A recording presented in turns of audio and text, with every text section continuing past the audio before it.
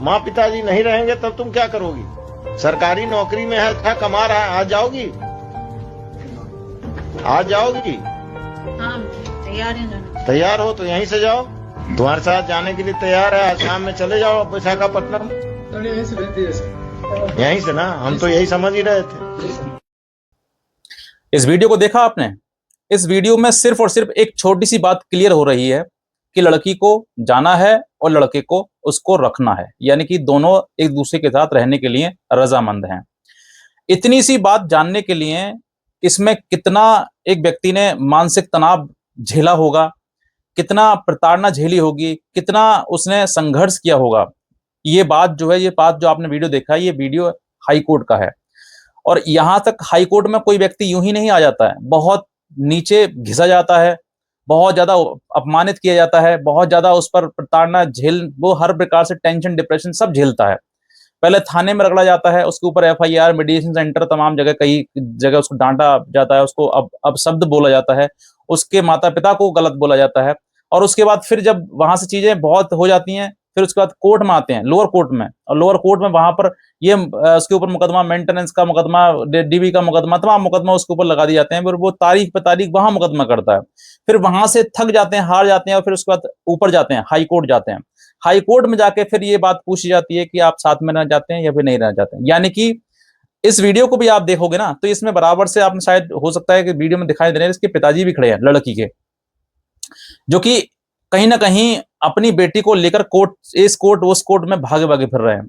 इतना समझदार बनना चाहिए, इतनी सी बात कि साथ में रहना है या फिर नहीं रहना है, इस बात को लोअर कोर्ट, थाना, पुलिस करते हुए हाई कोर्ट तक आ गए। क्या कुछ कुछ समझदारी इस पिता के अंदर है? अगर ये चाहते, पिताजी चाहते, जो मतलब छोटी सी बात जो है कि साथ में रहना है या फिर नहीं रहना है, कहाँ रहना है कहाँ नहीं रहना है, उसको समझने के लिए, समझाने के लिए जो सिर्फ लोअर कोर्ट से लेकर हाई कोर्ट तक आ गए। आप सोचकर देखिए कि अगर इनके पिताजी, इस लड़की के पिताजी अगर चाहते, तो ये बात घर के चार दीवारी तक ही सीमित रह जाती, वहीं पर समझ में आता कि साथ में रहना है या फिर नहीं रहना है। लेकिन इतना घसीट दिया एक व्यक्ति के लिए, इतना प्रताड़ित हो गया। और सबसे बड़ी बात है, वो सरकारी कर्मचारी है, एक अच्छे पद प्रतिष्ठा पर रह रहा है, और वो व्यक्ति जो है इतना परेशान हो जाता है कि बहुत ज्यादा।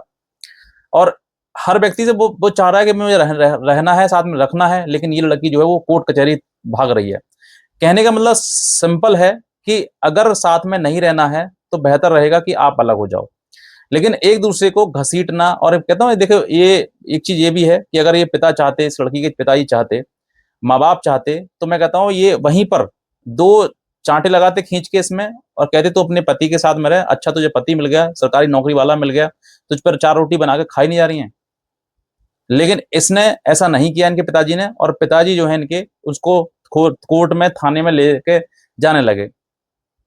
ये कहीं ना कहीं मूर्खता लड़की की तो होती है, लड़की के साथ साथ माँ बाप भी की होती है। माता पिता भी लड़की को, बेटी को जो है कोर्ट कचहरी भगाते हैं। ये नहीं सोचते हैं कि भाई क्या कारण है, क्यों इनसे झगड़ा हो रहा है, उस झगड़े को पकड़ के खत्म किया जाए, उसको उस जो कमी है उस कमी को खत्म किया जाए, बल्कि उसके ऊपर और ज्यादा मुकदमे लगाकर उसको टेंशन में, डिप्रेशन में, जिसकी वजह से लोग जो आत्महत्या कर रहे हैं। और सबसे ज्यादा दुर्गति उस व्यक्ति को हो जाती है जो नौकरी पेशा होता है। किसी समय पर उसने नौकरी ली होगी, कितनी मेहनत से, कितने दुख दर्द, उसने दिन रात पढ़ाई लिखाई करके उसने अच्छा नौकरी, अच्छी पद प्रतिष्ठा उसने प्राप्त किया। एक समय ऐसा लग रहा था कि बहुत अच्छा मैंने किया है काम, दो लोग जो है हर तरफ समाज में तारीफ कर रहे होंगे, समाज में मान प्रतिष्ठा सम्मान सब बढ़ रहा होगा। लेकिन जैसे ही आपने किसी लड़की, गलत लड़की से शादी कर ली, और उसके बाद पूरा मान सम्मान सबकी, समझ लीजिए क्या हो गया, सब खत्म हो गया।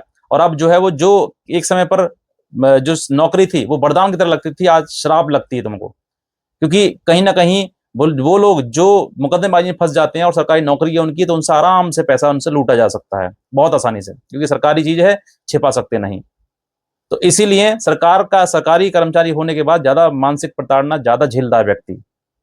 वो व्यक्ति जो सोचता है कि जब मुझे पैसा मेरे पास आ ही नहीं रहा, मुझे मिल ही नहीं रहा, तो मैं फिर नौकरी करूं क्यों, मुकदमेबाजी करूं। और ऐसे इंसान जो है बहुत जल्दी टूट जाते हैं, बहुत ज्यादा परेशान होकर, बहुत ज्यादा, कहते हैं ना कि एक एक व्यक्ति तब टूट जाता है जब उसकी घरवाली उसकी नौकरी की और उसकी दुश्मन बन जाती है। और आजकल यही हो रहा है। अगर शादीशुदा जीवन आपका खराब हो चुका है और आप नौकरी करते हैं, तो मैं कहता हूं सबसे बड़ा श्राप आपके लिए आपका नौकरी है। और आपसे जितने आपकी सैलरी हो गया उसका कुछ परसेंट महिला ले लेगी, पत्नी ले लेगी आपकी, और उसके बाद फिर आप कमाते रहो, उसको देते रहो, बस यही काम चलता रहेगा। और यही सब व्यक्ति के लिए सबसे बड़ा श्राप होता है कि मैंने सरकारी नौकरी कर ही क्यों ली, मैं ना नौकरी करता, प्राइवेट होता। और बहुत सारे लोग ऐसे हैं जो रिटायरमेंट टाइम से पहले रिटायरमेंट लेकर बैठ गए कि जी मैं नहीं करूंगा क्योंकि मुझे देना पड़ेगा वहां पर, इसलिए मैं नहीं करूंगा नौकरी। और फिर वो पछताते हैं कि सर मैं नौकरी कर लूँ, मैं इससे बढ़िया तो मैं नौकरी ना करके मैं मजदूरी कर लेता या ना करता, कम से कम मेंटेनेंस न देना पड़ता। ऐसे बहुत सारे लोग हैं जो परेशान हैं। और अब जैसे जैसे चीजें बढ़ती चली जा रही हैं, जैसे जैसे जिस तरीके से मुकदमेबाजी बढ़ती चली जा रही है, उसी प्रकार से परिवार भी खराब होते चले जा रहे हैं।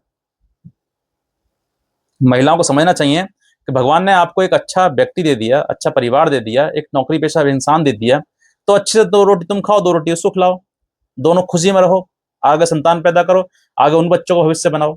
तुमने तो जो बच्चे पैदा भी कर लिए हो भी गए हैं, उनका और भविष्य अंधकार में डाल दिया है। ना अच्छे से वो बच्चे पढ़ सकते हैं, ना अच्छे से वो पति कमा सकता है, और ना तुम उनको बच्चे को अच्छे से परवरिश कर सकते हो। खुद भी टेंशन में, पति भी टेंशन में, बच्चे भी टेंशन में, ना बच्चों की जिंदगी ठीक हो रही, ना तुम्हारी ठीक हो रही, ना पति की ठीक हो रही। कहीं ना कहीं कुछ तो कॉम्प्रोमाइज करना पड़ेगा, कुछ तो ईगो को साइड में रख के अपने जीवन के लिए, अपने लिए नहीं, कम से कम बच्चों के लिए तो जीना पड़ेगा, उनका तो भविष्य ठीक करना पड़ेगा। तुम अपना भी भविष्य खराब कर लोगे, बच्चों का भी खराब कर दोगे। जो बेचारा पति जो नौकरी करता है, कहीं कुछ लोग सेना में भी हैं, सेना में होने के बावजूद भी चीजें खराब हो रही हैं, जिसका लोग सम्मान करते हैं, और आज वो व्यक्ति कहीं ना कहीं बेचारा अपने आप को बचाने के लिए पता ना क्या कर रहा है, कितना मानसिक ट्रॉमा से गुजर रहा है वो व्यक्ति। तो ऐसा मत करिएगा। अगर आपको साथ रहना है तो साथ रहिए और शांतिपूर्वक रहिए, कोर्ट कचहरी के चक्कर ना लगा के अपने पति के चक्कर लगाइए, बेहतर रहेगा।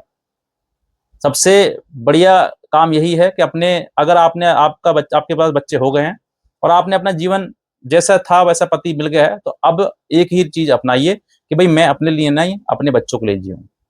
मेरा भविष्य जैसा था, मान लो मैं कहता हूँ पति आपको खराब है, आपके अकॉर्डिंग खराब है, वैसे भी ठीक है, लेकिन आपके अकॉर्डिंग वो खराब है ना, तो मैं कहता हूँ आप अपने लिए जीवन मत जीना शुरू बंद कर दीजिए और अपने बच्चों के लिए जीवन शुरू कर दीजिए कि मुझे अपने बच्चे भविष्य के लिए, अच्छे भविष्य के लिए बनाने के लिए उनको पति के साथ रहना पड़ेगा, ये मेरी मजबूरी है। बस उस मजबूरी को 2-4 साल झेल लो, उसके बाद अपने आप स्मूथ हो जाएंगी चीजें, ठीक हो जाएंगी चीजें। हर समय एक जैसा नहीं रहता, हर समय परेशानी नहीं रहती, हर समय सुख न रहता, हर समय दुख न रहता, ये बदलती रहती हैं। इसलिए अगर आपके जीवन में आज दुख है, आपको लगता है कि मैं गलत व्यक्ति से मेरी शादी हो गई है और बच्चे पैदा हो गए हैं, तो आप बच्चों के जीवन के लिए आप उनके साथ रहिए, एक दूसरे के साथ रहिए, बच्चे का जीवन ठीक हो जाएगा, तुम्हारा जीवन जैसा था वैसा हो गया, अब बच्चों का ठीक करिए। यही मेरी एक आपको सीख है इस वीडियो के माध्यम से, आप इसी अनुसार चलिए, और साथ रह सकते हैं तो रहने का प्रयास करिए, और नहीं रह सकते हैं तो सेपरेट हो जाइए। लेकिन लड़ाई झगड़ा करना, मुकदमेबाजी करना, सालों साल एक दूसरे को प्रताड़ित करना, मेंटली टॉर्चर करना, ये सब कुछ सही नहीं है। इतना ही कहना चाहूंगा। आज का वीडियो देखने से बहुत धन्यवाद।